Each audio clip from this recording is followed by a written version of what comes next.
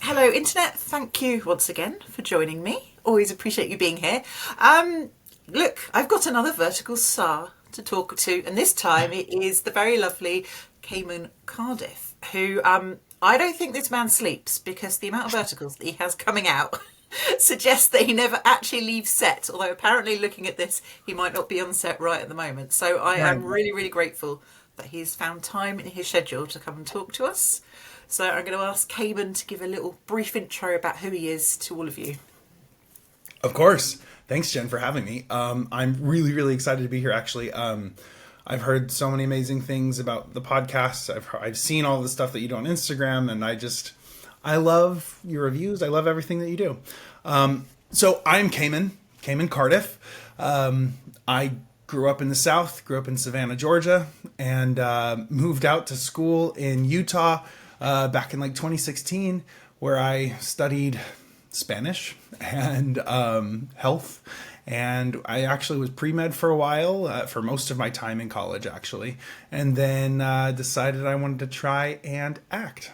And yeah, it's not something that I ever thought that I wanted to do, but my manager reached out to me. He wasn't my manager at the time, and told me he thought that I could be an actor. And I was like, really? I've never done that. I mean, I did some like plays in high school.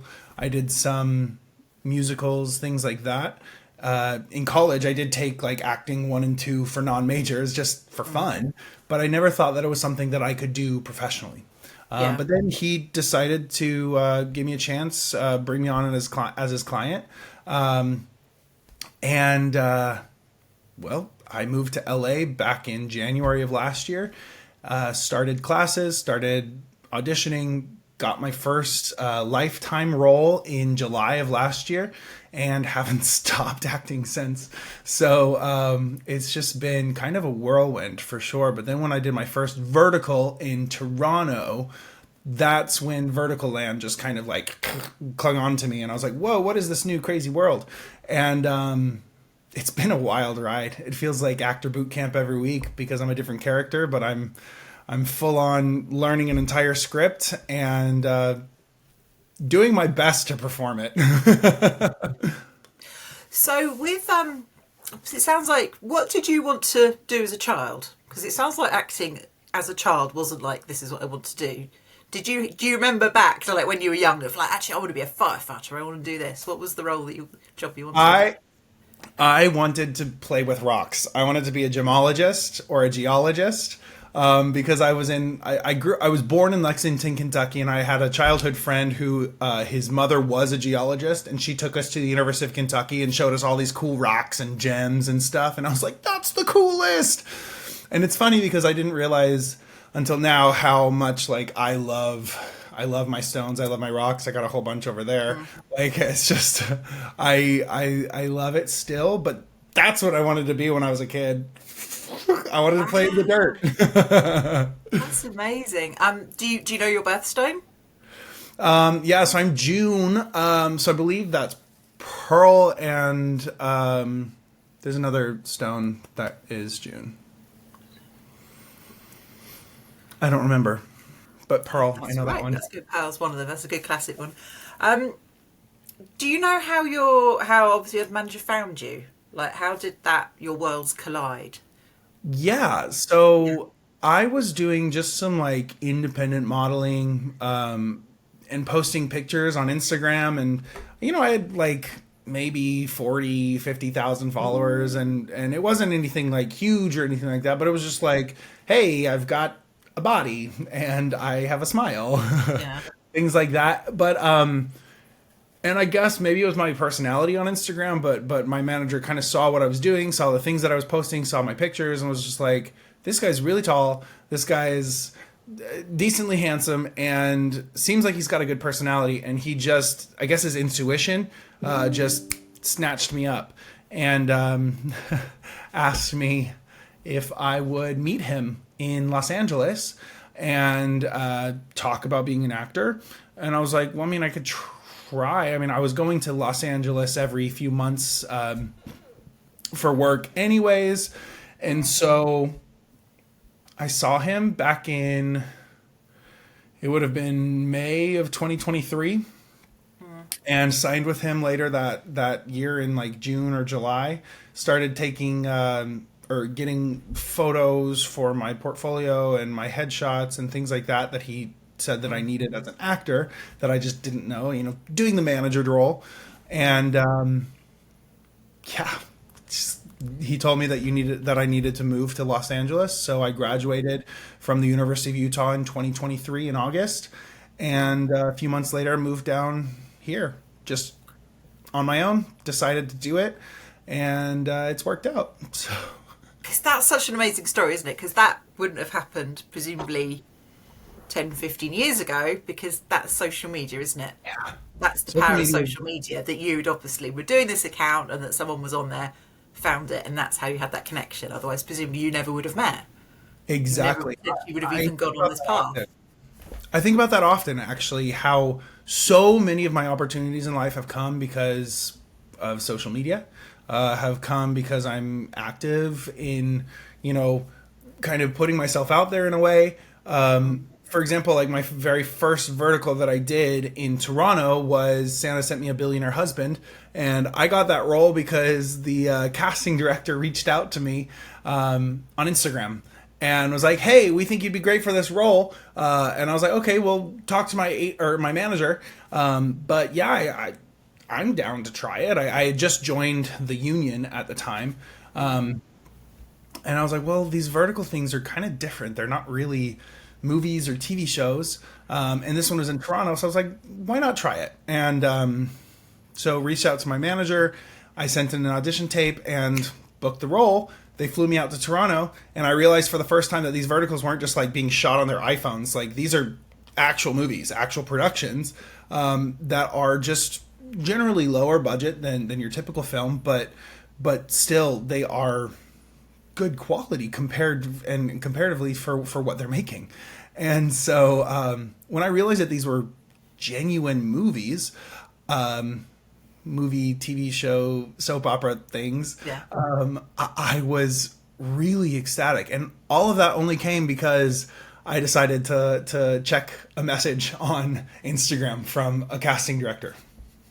I mean, that's amazing. So I have to ask, because obviously you're advised to do the acting, and obviously just getting the roles has gone really well because I know you've been consistently working.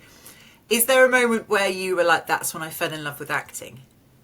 Because presumably you're only doing this because you enjoy it. So there's got to be a moment of like, what's the buzz? What are you loving about it? Yeah. It was my first role, which was a Lifetime movie. And actually that movie, if you know Mark Herman, who is another vertical actor, but he's also in the horizontal space.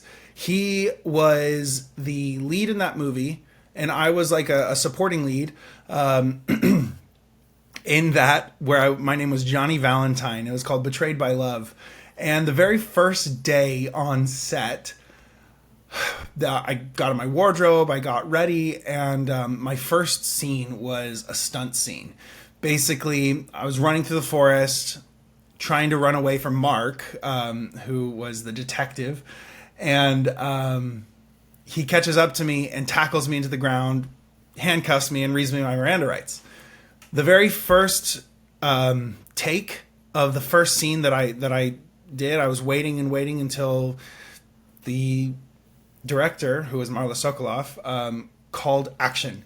And the moment that action was called and I started running, because that was the first scene that I was doing, was this running scene.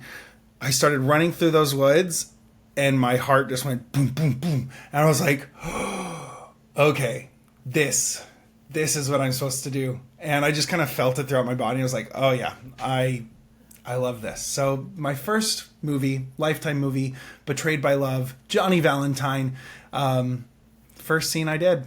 I just knew. I love that. I'd have to say as well, I adore Marla Sokolov. I've watched her since she was in Party of Five many years ago. She's amazing. She's just and I love her whole career and all the jobs and things she's gone, and now the directing. So that just makes me happy. We should always talk more about Marla. We got super close. I met her kids. They're jealous. so cute. And we went to the premiere of Merry Gentlemen at Netflix together. I went with one of the producers from the Betrayed by Love, but Marla was the writer and obviously one of the actors in that movie, The Merry Gentleman on Netflix, and it was so much fun. We sat every single time. I would just like look at her when one of her jokes were just golden. It was fun. I love that woman. She's one of my she's my first director and a good Special friend. place. It's like, Yeah, 100%. So obviously, then your first vertical is the Vancouver one. And Yes. actually, I would say the probably one of the best Christmas verticals of Santa Sent Me a Billionaire Husband, because it's kind of there as it's not laboured, but it's definitely it's set around Christmas. Obviously, the title. Yeah, what was kind of the shock for you of going from, because obviously you've done some horizontals into verticals. What was like the biggest? Well, this is a bit different. Pacing. Yeah. Usually, for example, like a Lifetime movie is done in 15 to 20 days. Verticals, you cut that in half. 5 to 10 days. And it's wild how fast you have to go to get an entire script in. Usually we're doing 10 to 12 pages a day. And that's just what you come to expect. And as an actor, that is so much to learn.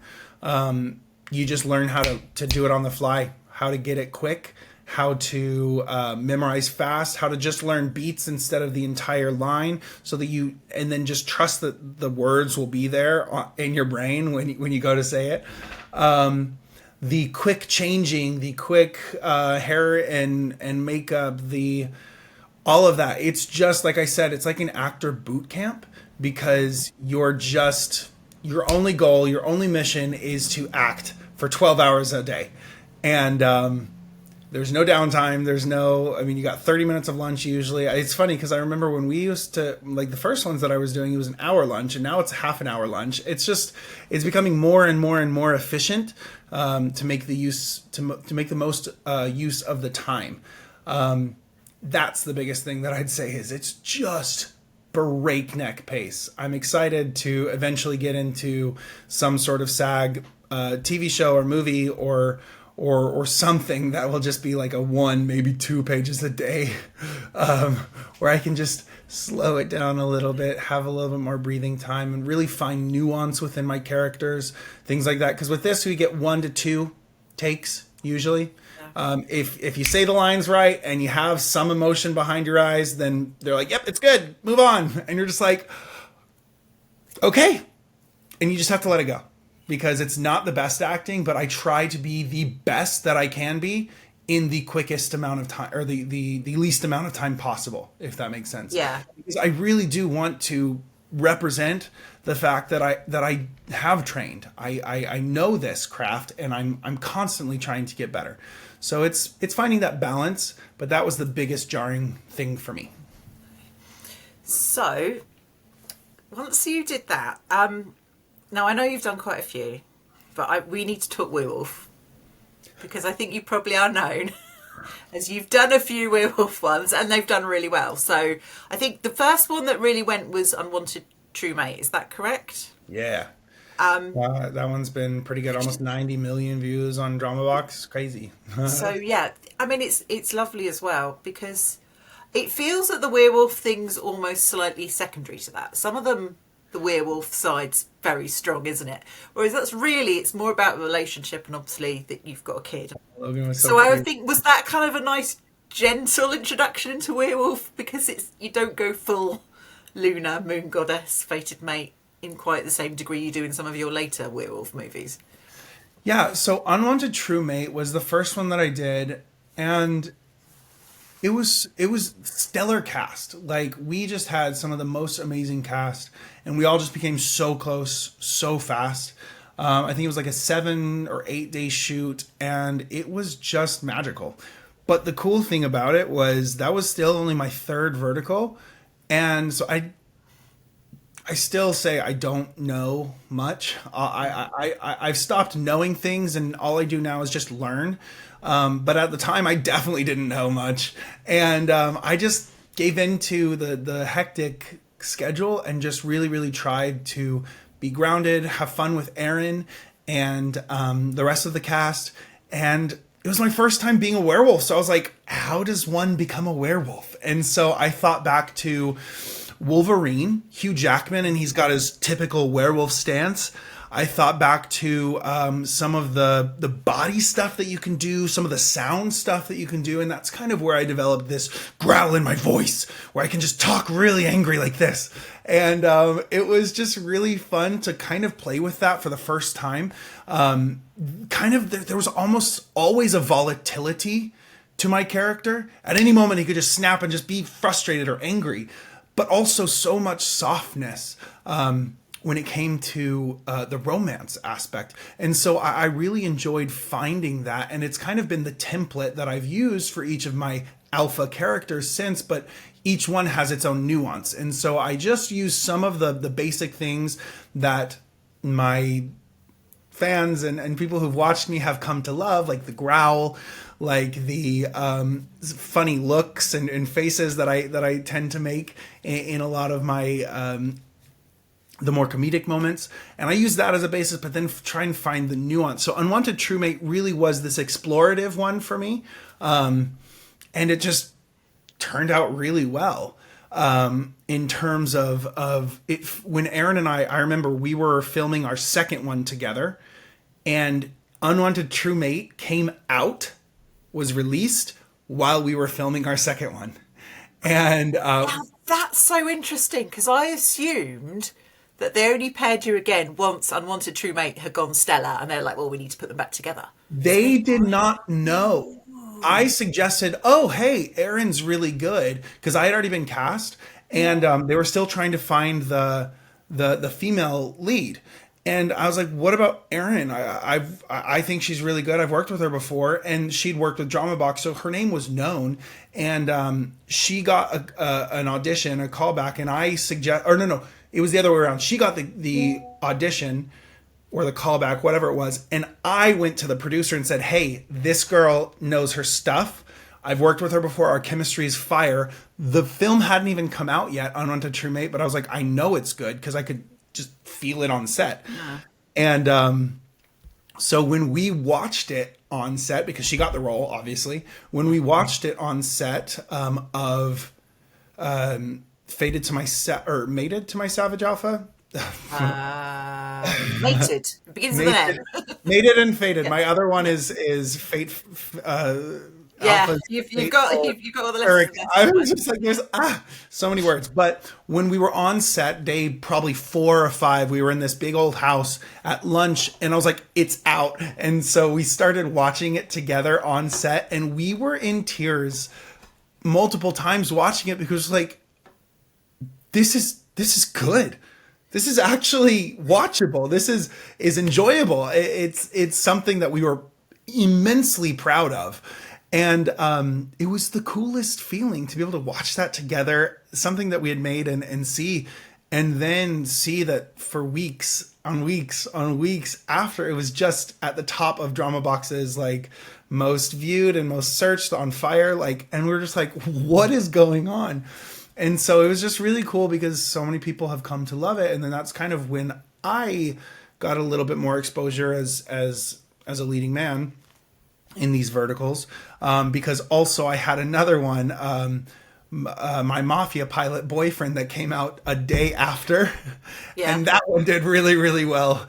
And but it was 2 completely separate like niche groups within the viewers of verticals, and so I started getting a bunch of followers from that niche, and then a bunch of followers from that niche, and now I just got a conglomerate of people who sometimes people are saying, oh, my Captain Austin, or Captain Ryan Rossi, and then my Alpha Austin Vinci. Like, it's so funny. That's true, because you have, because of the nature of those roles, you've got a really wide fan base. Yeah, it's kind of must be like trying to work out where have they come from, what are they looking for. I just want to go back to Logan Hannigan, because I just think some of the child actors in verticals are phenomenal with like their timing, their professionalism, their presence, and also some of them are pretty darn experienced because they've done a lot as well. How is it working with them, and obviously again, to bring child in that they haven't got, the multiple takes, and how does that work? Because I know you've done a few with child actors. Yeah, so in Mated to my Savage Alpha, we got to work with Logan, and he was the cutest on set. He was just always such a joy and a presence. We gave each other high fives all the time. He gave me hugs. Like, we were just so close. It was so beautiful. Like, he always had his on-set, they call it the teacher, or just the person there who's kind of the liaison between the child actor and the production, and then their actual parent. There was always a parent on set. And it was just cool to interact with them. It was cool to interact with Logan. He really just has this cute factor that just shines and many times outshines you, which is great. I would love him to outshine me any day because he was just phenomenal to work with. I also got to work with Layla in Santa Sent Me a Billionaire Husband, and she called me her movie dad, and it was the sweetest thing. And I fell in love with working with child actors from that first vertical. And I don't know, I have this big kind of teddy bear vibe, so kids just tend to feel safe and comfortable around me, because I genuinely like interacting with kids in fun, silly ways, making silly faces, giving high fives and things like that. And it's just a pleasure. It really is. And I try to be kind of one of the safest male presences on set for anyone and everyone. That includes children and my female co-stars. And so it's fun to be able to do that. And the kids just shine, especially when they feel safe. So, But yeah, I just want to highlight them because I just think they're phenomenal. I have to ask about. So I love my Mafia pilot boyfriend because what happens is clearly someone making verticals found a plane and was like, we could do pilots. What would be better? Let's put all the male vertical leads in a pilot uniform and aviators. How fun was it just? Because that feels like that's a childhood dream, isn't it? I get to dress up as a pilot and go on a plane. I mean, that just sounds so much fun. To be honest, that was... When I saw that role in my Actors Access, which is where the breakdown services kind of connects actors to roles, and you get auditions through that Actors Access. When I saw that it was queer, saw that it was a captain... And I was just imagining myself, and then I kind of saw, because like you get to see the sides, which are just like the scene that you're playing for the audition. When I saw them, I was like, "Ooh, this is kind of fun and kind of spicy." And when I saw that, I was just like, "I want this role." In my brain, I was like, "I want it," and because I hadn't done any queer verticals, and I still haven't done any others. That was the only one I've done, but. I was like, you know what? I want to represent. I want to be able to like show off my versatility as an actor. And well, when I got the audition, that was in December. I sent it in last year, December, and didn't hear back for months until February, I think, or maybe it was the end of January. And I was just finishing up Saving Nora, and they're like, Cayman, can we book you for this, please? And I was just like, yes, but I'm going to be on another project, which was Forever Begins Now, on a few of those dates. And they changed their production schedule to accommodate me by a few days. And I was just floored. I was like, you've made it, I think, when that happens. I was like, they want me that bad? I was like, okay. And so they did, and then they were awesome. That was Swizz Media, Mir, and the writer was Jing Jing from China. She was amazing and so fun to work with. And that was just a fun project. It was so campy. And that's what I loved about it, is they leaned into the camp. Because sometimes verticals read campy, but they're performed dramatic or super like serious. And it's just like, no, you have to play into the silly campiness of it. And it was fun to be able to do that because it just turned out so goofy and fun and romantic too. Like it was a fun project all around. And it was one that I didn't have to take myself too seriously.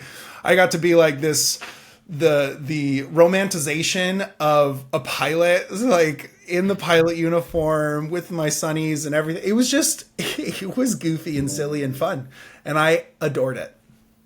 That's yeah, I love that, and I think you're right. I think sometimes verticals, they have that danger of taking themselves too seriously and going too down the dramatic route, and it's like people are here for escapism and fun. Like more comedy, more comedy, more comedy, y'all. Tell romance and a good story, and put comedy in as well. I try my hardest to find pieces to add in comedy, and I think it doesn't go unappreciated. So I have to ask about Forever Begins Now, because obviously you brought that up. You do seem to have a thing with you and Shay Deneen, don't you? Is it him you've been? Oh no, is it someone else? I think you. Yeah. It's Shay Deneen. It's like you're up battling each other. He's my bro. I love it. It's so funny because I feel like in almost every single one of these verticals where I have like a supporting male lead who's like my best friend or my assistant or something, there's always this like undertone of like bromance, and I'm just like, is this coded or is this like, is this intentional? Like, I remember one of my favorites in Santa Sent Me a Billionaire. My assistant was Sean, and it was just so funny because there were literal lines in the script that I just read and was just like, what?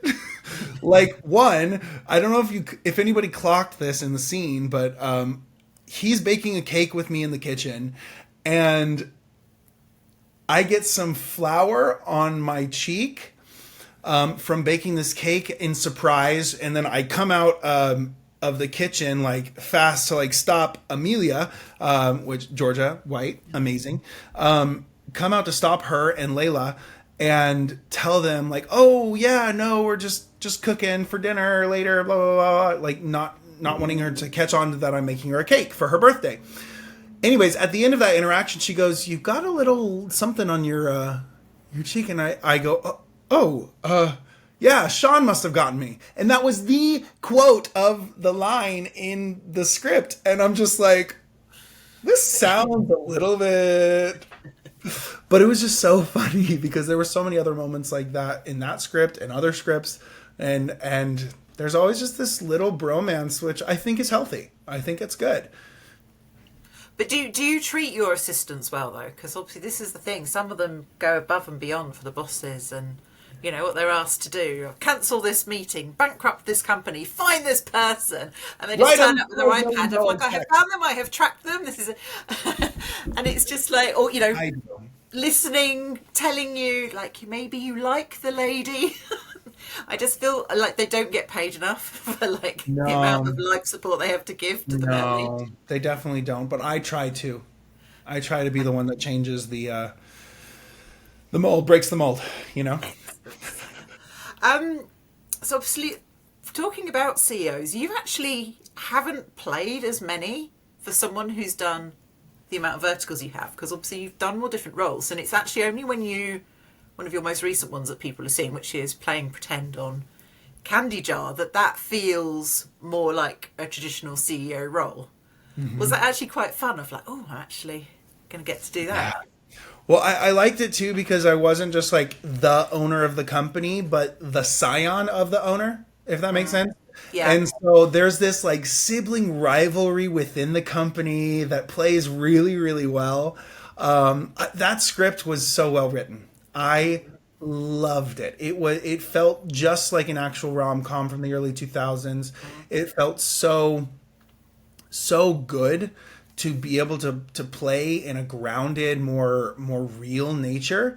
Now, obviously, I watched it, and there were like moments that I was like, "Oh, okay." I saw myself slip into a little bit of vertical uppityness, but for the most part, I was able to keep it pretty grounded. My director, Amanda Fallon Smith, she was always so good at stopping the take and saying, Cayman, take that back, but I want you to do it a little more grounded, a little bit more like this. And she really, really helped me to like refine Brennan Wolf in such a beautiful And that did make me laugh that they still called you Wolf, even though it's... I know. I was just like, this wasn't intentional, but it's so ironic. Yeah. So many people, like my brother, I was watching it with my brother, and he's like, so when do you like turn into a werewolf? And I was just like, this isn't a werewolf movie. What do you mean? And he's like, oh, I thought because your name was Wolf. I was just like, no, I don't only do werewolf stuff. I just happen to be really good at growling. Because one of the bits that I think is my favourite in that is the brilliant use of the couples game. That one was and fun. Obviously everyone sat with the little whiteboards writing it on. Because I love that that's just something that's, we've all played that sort of game. And just the fact that you can see throughout that Brennan's dawning realisation of, oh, Grace knows all about me and I don't have a clue. And yeah. I love that. And I think that reflects what is so good and often about the Candy Jar Productions is you have character growth, don't you? 100%. That character learns and grows and becomes someone different, which I think is often the trick with some of the other verticals where there's not as much of that. For example, in most of my werewolf ones, there's so little growth because I'm already the top dog, if as it were. And like, I don't have any room to grow other than maybe internally a little bit when it comes to the woman. Yeah. But like, there's not much growth. But I will say, with some of the recent productions that I've been doing for Viglu, they have such nuanced scripts. There's character growth on both sides for the male and female lead.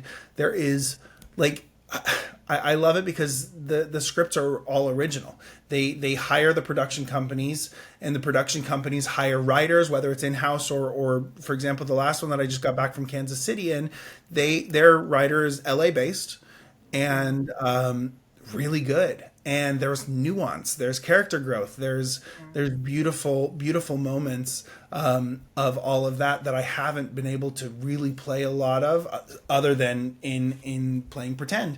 And so I keep telling Viglu, like I was like, you guys need to work with Candy Jar because you guys are just doing higher quality, higher caliber. You're just setting the bar higher. And that's why I'm really, really trying to push and promote Candy Jar and Viglu because, you've got Drama Box who's doing awesome. I love Drama Box. I've worked with them many times and I love their stuff. Really good. They know what they're doing. They are just growing. But I feel like Viglu and Candy Jar should be up there for doing the same type of high quality stuff. Because I think the difference in my understanding is, as you've already mentioned, see, Viglu are asking and encouraging original scripts. Yeah. And then Candy Jar have this brilliant model of they've got the book platform. So they're already giving writers the opportunity to get the stories out. And then, of course, you can go, well, the readers clearly like this one, and then bring it on, which is just so clever because you already know that it's successful. But obviously the key thing both of those have got is it's slightly more original stories, whereas I think sometimes the other platforms, because a lot of the stories are coming from China, sometimes it works, sometimes it doesn't translate quite as well culturally. So I think for me that's why Candy Jar and Viglu stand out of just because they're embracing a wider range of stories to bring into that vertical format. Yeah. The two things that people want are originality and nostalgia. Yeah. We don't want copy and paste. Things that we've already seen. We want something new and fresh, or something that reminds us of the past when it was good and we enjoyed it. So something that calls back to, for example, I feel like Playing Pretend did so well because it was nostalgic. It played back to the early 2000s rom-coms, and it was refreshing too. So it was just, that's what I think is important going into the future in this vertical space, is not copying and pasting. You say, oh, this one did really well on that platform. Let's do the exact same idea in our own way, and it'll do well. it might do well the first or second one repeated, but then after that, like I've seen how many pilot ones since, how many firefighter ones since, and it's sad because like I just did a firefighter one that hasn't come out yet, but I've seen like 4 already since, and I'm just like, well, ours is just going to be a copy. Well, I still have high hopes for it because it was really fun. You know, I did some really fun, sexy stuff. So I think it'll be still spicy and all that. I think it'll be a good watch. And it's on Viglu, so it's an original story. It's on Viglu, so that's already people's heads, you see, because that will set it above of like that one's worth a look. Also, it was shout out to Thunder Levin, who is the writer of the Sharknado movies. He was our writer and director for that project. Ooh, I like it. Do you end up battling sharks during the fires? I asked if we could, but he said no. So it's a bit more grounded, sadly. I have to just quickly go back to playing pretend. Is there going to be a sequel? I certainly hope so. I'm actually headed to the premiere of Keeley on Thursday. So tomorrow I will be there in Beverly Hills. There's going to be a whole premiere showing and everything. Yeah. I was invited by Candy Jar influencing team. And, you know, I think the horizontal space for Candy Jar is going to start doing well. And they shoot all of their stuff in 4:3, but then they frame it vertically. And so playing pretend, for example, I believe it will eventually be on Roku in a horizontal format. And then that's savvy, isn't it? Right? I start one and then that's so clever. And I think they've got a whole idea of what they want to do, and I really like what they're doing. They're doing a lot more films dedicated to people of people of color. They're doing more for Latinx populations. They're doing a whole one. They just cast in Atlanta that just black leads, which are amazing. I think they're doing a lot of really good stuff. They're women owned, just like Viglu. There's a ton of women executive producers at Viglu. And I just think who better to represent the female gaze than women in the industry? Who actually understand because they are the viewers. Yeah. Exactly. So, because I've worked with a lot of companies, other apps that are male owned, and they think it's all about sex. And I'm like, you don't understand women at all, do you? Yeah, I think you sometimes. So we've kind of talked about what's coming out. So and you've mentioned the firefighting. Are there any other hints you can give us of future projects that you're excited about? Yeah, so I've so far finished 3 Viglu projects and a real short project, as well as another drama box project that are coming out.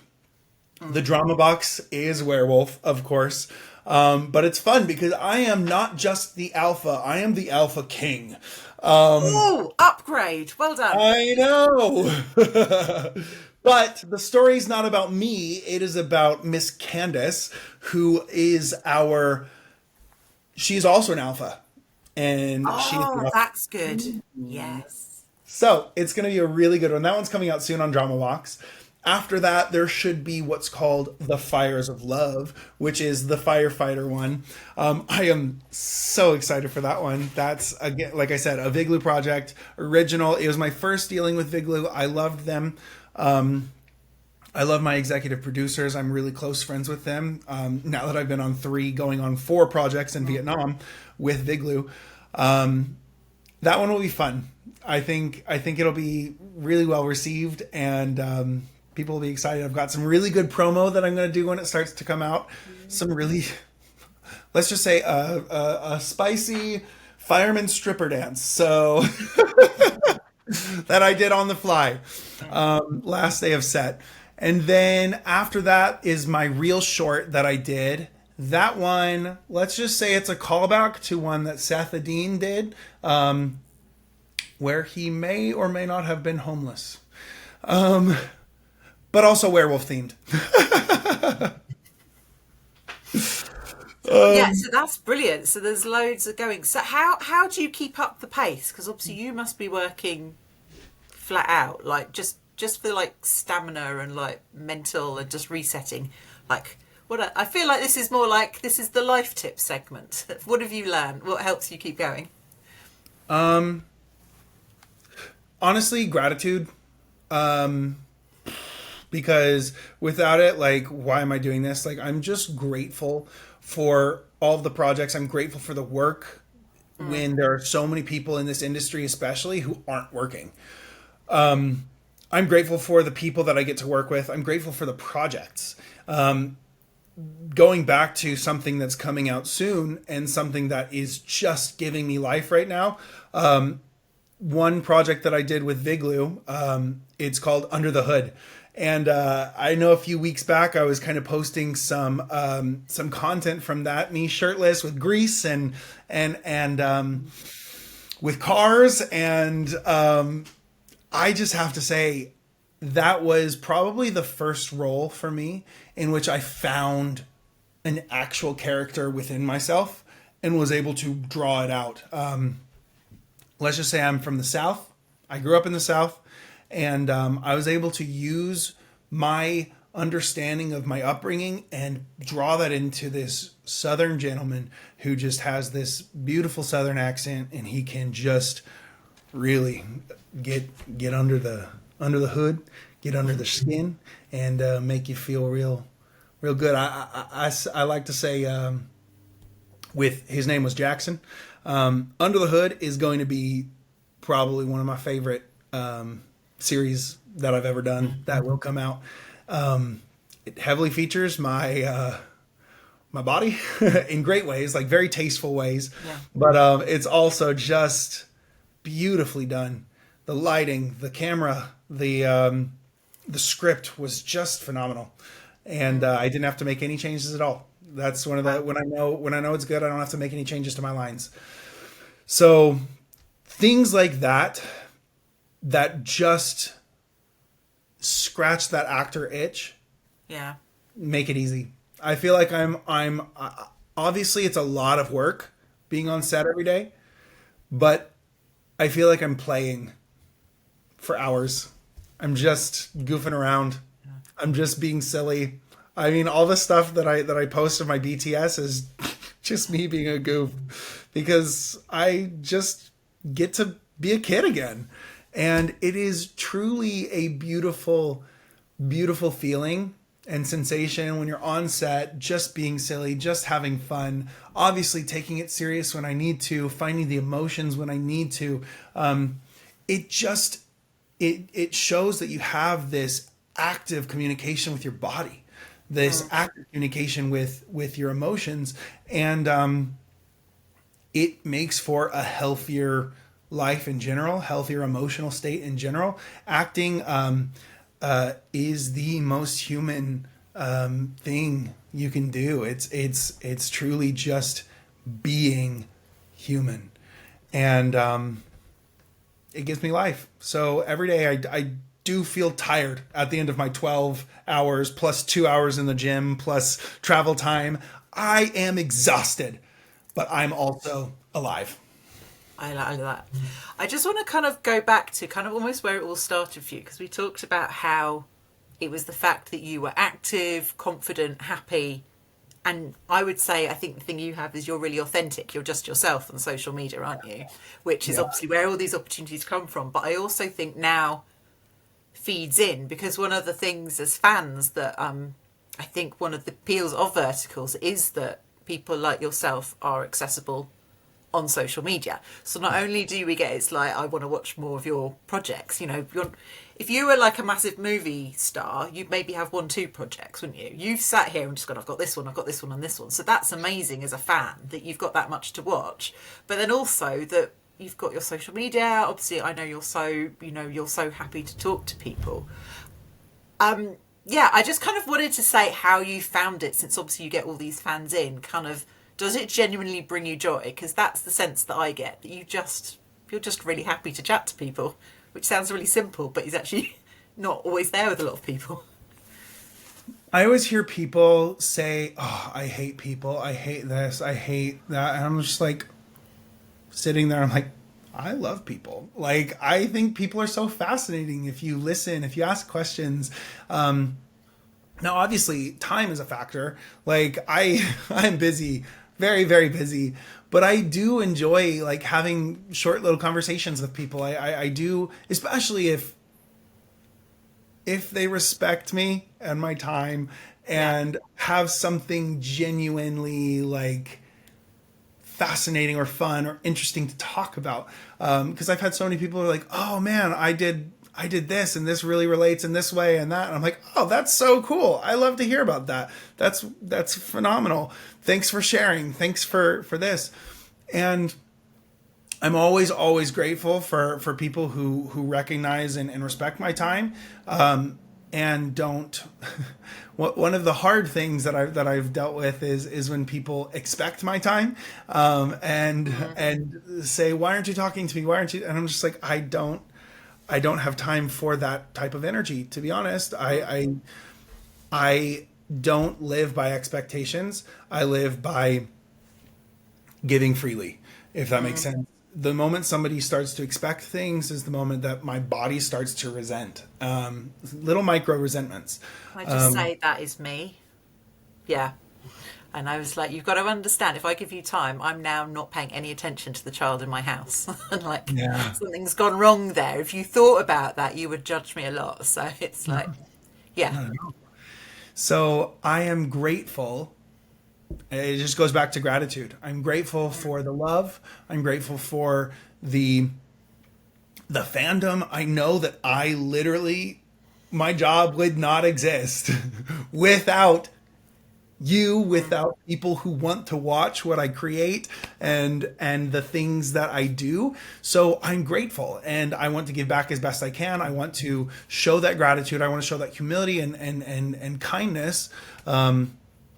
But at the same time, like respecting and asking for respect, with my own time, because I'm busy. So it's a balance for sure. But I love being able to interact with people who are just genuine. I just want to talk about skills because I was really taken with, in your, I can't remember the name, but the first werewolf one, you do a really good pool break, like on that pool Oh table. yeah. And I was like, this is good. I wanted more pool. Are there skills like that you're like, are there some sporting background? Is there like some dance? Are there things that we have not yet seen on screen that we need to put out in the world of like, come on, people, Cayman can do this. Give him an opportunity. So I like to consider myself a bard, in the sense that if you've ever played Dungeons and Dragons, you are basically a skill monkey. Skills are just, you're not proficient truly at everything or anything, but you are just good enough at everything to be able to interact or be able to show off or be able to talk with people about it. So I grew up playing basketball and football, sports, things like that. I play piano, I sing. My parents put me into piano and voice lessons when I was a kid and continued on through middle school, high school, in choirs and playing piano. I taught myself the guitar. I haven't played in forever, but that was something that I started learning. I have my piano right here. In high school, I learned how to sail. I was on my high school sailing team, and that's one vertical This that I needs was to happen. I want. Oh, no. And so like a Charlie St. Cloud. Anyways, There are sailing. two options there that I can see with the sailing. Okay, I've got it in two directions here. We do the, whether you're the make good or the CEO, but with your beautiful yacht that you're sailing, and maybe it's like a journey of self-discovery. There's that option. I'm sorry, but we also need to talk pirates. Yeah, trust me, I'm working. You would be an amazing pirate. I'm working with a certain actress who has a pirate script that she's written herself, and she wants me as her co-star. So I'm working on that one. Because I'm like, why wouldn't you do pirates? Okay, because you've got everything, haven't you? You've got the high stakes, you've got the drama, you've got the pace, you've got the romance, you've got the swashbuckling. There's plenty of reasons to like take off clothes and jump around and have dastardly villains. It's like it is Vertland. It just needs to happen. Yeah, I'm with you on that. So yes, sailing, pool. Okay, for example, in the first vertical that I did, Santa Sent Me a Billionaire Husband, I played football. I was a football player. Yeah. And I was like, oh, I grew up playing football. I was literally a wide receiver on my high school team. And so I was the wide receiver in the script. And I was like, oh, this was made for me. In my next one, Begin Again with the Rejected Heiress, or whatever that one was called. They've changed the name a few times. I was a baseball star.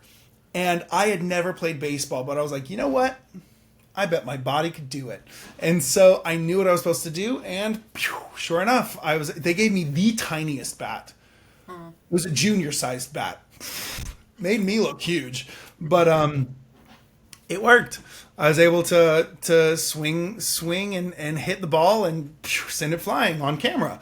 The pool thing, I was like, I've played pool a few times. I bet I could do it. And sure enough, my character knew how to play pool. And you only saw a few of the shots, but I was nailing every single one in the pocket, this pocket, that I was just like, okay, let's go pool. And it does look so cool in Mated to My Savage Alpha. I was just like, yep, looks good. That looks cool. And I knew it was going to look cool. So I played up the coolness factor when I was filming. Trying to think, video games, anime, I have so many interests, horseback riding. I want to do a cowboy one. Yeah. It needs to happen. There's just so much I could do. I want to be a country singer. Yes, again. I want to do it so bad. So there's just so many different things that I can do. I am a personal trainer. I'm a nutrition coach. I'm a massage therapist. Although I don't think a massage vertical. Yeah, no, we're going down a certain route already, aren't we? We've both gone, let's come out of that cul-de-sac and go back into country singing. That one just feels, because massage in and of itself is beautiful and is not sensual. It's sensual in the sense that you're close and appealing to the senses, but it doesn't have to be sexual. So yeah, but the lines, the blurs, we just don't want to cross that. But yeah, there's so many different things that I've done in my life that I'm just I didn't realize it until I got into acting, but my varied interests in so many different things gave me life experience that has prepared me for being an actor. For example, for 6 years, I was pre-med at the University of Utah. Biology, chemistry. I know I worked as an anesthesia technician at a surgical center. I could be a doctor. And it's funny because I was going to be a doctor, but now I could be a television doctor. I love that. I can see that happening as well. I was talking to Ashley Belote, who's a qualified nurse, and she was saying when she turns up on a vertical at hospital soon, they're like, Ashley, can you just slightly improve the medical situation here? Because obviously medicine in verticals is unique, shall we say. I just want to sort of end, because I think a lot of people I found just this hour with you really inspiring, because you just have this amazing energy. So it's just who inspires you, whether it's acting, reading, just people, who kind of gives you that energy? No, that's a great question. When it comes to acting, I really love. I love so many of the actors that are just so grounded. I love some of the actors who have come from, for example, soap spaces, and shown that you can kind of go from this to the other area. You've got Mandy Moore, you've got Matt Bomer, you've got some other truly amazing actors that we idolize today. I really, really love Meryl Streep. I think she is just so in touch with her emotions, so in touch with everything going on here. You can just see every nuance. She has so much versatility, and that's what I strive for. I also love Zoe Saldana. I think she is amazing. I think she has so much fierceness, so much action, and kind of that superhero vibe that I want to be able to play in my characters, especially in the future. And then trying to think if there's anybody else in life. I mean, my mother is somebody who's always kind of inspired me, because she's always been creative. She's always been kind. She's always been loving. She's the one who taught me that people matter. People that aren't yourself matter. Yeah. And to always be kind. That's kind of one of the reasons, like, I love my Care Bear hats. They're so silly, but I love what they represent. That there's so many different ways to show love, to show care. Like, you've got Share Bear, you've got lots of love, you've got tender heart, you've got wish, you've got so many different, you got lucky, you've got all of these different ideas of how you can show and spread positivity. And my mother embodies all of that for me, and is one of the reasons why, or the main reason why, I choose to be kind. And I'm constantly working on myself. I'm constantly trying to uproot any negativity, but I feel like a very positive person overall, and I enjoy it. It doesn't mean I don't have bad days. It doesn't mean I don't have my own issues or stressful things, but I allow myself to feel feel that stress, to feel the negative emotions, or I wouldn't even call them negative emotions, but hard emotions. And then I find myself on the other side a lot quicker. So I think, yeah, my mom. I have and finished another then. factor. You've given me the perfect final question, which is, what is the favourite project that you have done, according to your mum? What's her favourite? And it doesn't matter if it's not vertical, but just like, what's her favourite? It's hard because I don't think my mom has been able to see a lot of my verticals, because they are on the apps, and you have to like pay for those. But my mom is such a big supporter. I mean, I know that she loves, oh my God, what is it called? Betrayed by Love, my Lifetime one. Yeah. They have watched that one, and they were so excited and proud because it was my first one. Even though you got chased and arrested, they were okay with that. Yeah, they did. My grandpa, I will tell you, spoiler alert, I do die in that film. And when my grandpa saw that, he was so sad and so upset. He's like, not my grandson, but he's told me multiple times since, he's like, I turned it off. I couldn't watch it anymore. I couldn't watch my grandson die. And I was just like, Grandpa, I didn't actually die. That is the most adorable thing. Oh, I can't thank you enough. You're just a total superstar, and it's just been a real privilege spending an hour with you. So just thank you so much for just being yourself, and all the fun and the growls and the brilliance you've brought to our screens. Thank you so much, Jen. I've had a beautiful time. I've enjoyed every question. I've enjoyed our chatting. You have just such a beautiful energy, a positive light about you, and I am so grateful to be able to share in that and be able to exchange ideas and communicate. And it's what I love. Thank you. Thank you.